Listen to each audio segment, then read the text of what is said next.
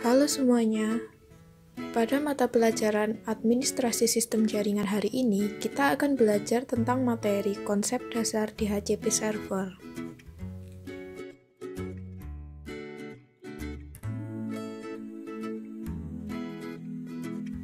Sebenarnya, apa sih yang dimaksud dengan DHCP? Mari kita pelajari bersama. DHCP itu sendiri merupakan singkatan dari Dynamic Host Configuration Protocol.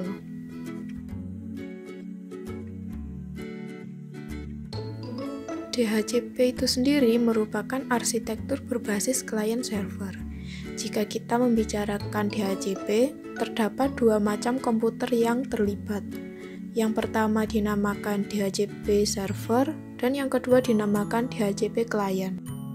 DHCP server itu sendiri merupakan komputer yang menyediakan layanan IP address. Sedangkan DHCP client merupakan komputer yang menggunakan layanan IP address. Jadi untuk memudahkan mengingat, DHCP server adalah yang menyediakan dan DHCP client adalah yang menggunakan.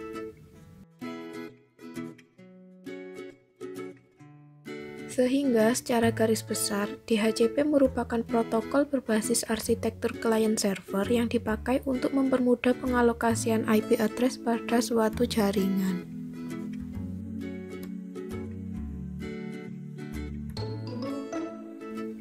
Selanjutnya kita akan belajar tentang fungsi dan kelebihan dari DHCP server. Yang pertama, DHCP memberikan alamat IP secara otomatis ke komputer klien yang terhubung jaringan komputer server. Fungsi yang kedua, DHCP server memudahkan network administrator dalam mengelola jaringan komputer dan pengalokasian IP address yang dilakukan otomatis dalam satu kali kerja. Jika suatu jaringan tidak menggunakan konfigurasi DHCP, maka network administrator harus mengelola satu persatu alamat IP yang akan dipinjam oleh klien. Fungsi dan kelebihan DHCP server yang ketiga yaitu dapat memberikan layanan IP dalam bentuk statis maupun dinamis. Penentuan bentuk IP ini berdasarkan kebutuhan dari DHCP klien. Yang terakhir, DHCP server mempercepat kinerja komputer klien dalam hal pengiriman atau pengelolaan data.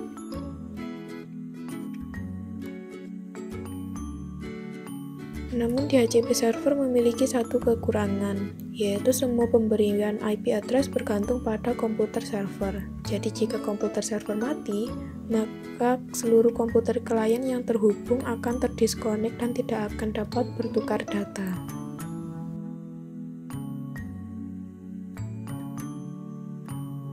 DHCP diklasifikasikan menjadi 3 bagian. Yang pertama dinamakan DHCP scope, yang kedua dinamakan DHCP list, dan yang ketiga dinamakan DHCP option. Klasifikasi yang pertama yaitu DHCP scope. DHCP scope merupakan alamat IP yang dapat disewakan kepada DHCP client. DHCP scope dapat dikonfigurasi oleh administrator menggunakan peralatan konfigurasi DHCP server. Jadi, kesalahan utama ketika kita melakukan konfigurasi DHCP server biasanya terletak pada kesalahan konfigurasi di DHCP scope ini. Klasifikasi yang kedua dinamakan DHCP list. DHCP list ini merupakan batas waktu penyewaan alamat IP yang diberikan kepada DHCP client oleh DHCP server. Jadi, ketika DHCP client meminjam sebuah alamat IP ke server, DHCP client diberi tenggat waktu oleh server. Biasanya, klien diberi waktu 3-5 hari ia dapat menggunakan alamat IP. Setelah itu, klien harus menginformasikan kembali ke server untuk memperpanjang atau meminta alamat IP yang baru. Klasifikasi yang ketiga dinamakan DHCP option. DHCP option ini merupakan tambahan pengaturan alamat IP yang diberikan oleh DHCP server ke DHCP client. Jadi ketika DHCP client meminjam sebuah alamat IP, DHCP server ini bisa memberikan tambahan aturan kepada klien apa-apa saja yang bisa diaplikasikan pada saat menggunakan alamat IP. DHCP option ini dapat diaplikasikan kepada semua klien yang meminjam alamat IP ataupun pada klien tertentu. Jadi bisa diaplikasikan ke semua atau dipilih salah satu klien yang bisa mendapat tambahan pengaturan alamat IP.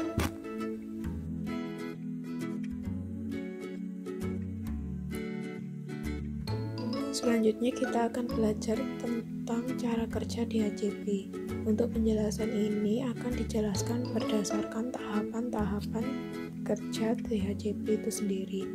Tahapan yang pertama yaitu IP list request. Selanjutnya IP list offer, IP list selection, dan yang terakhir IP list acknowledge.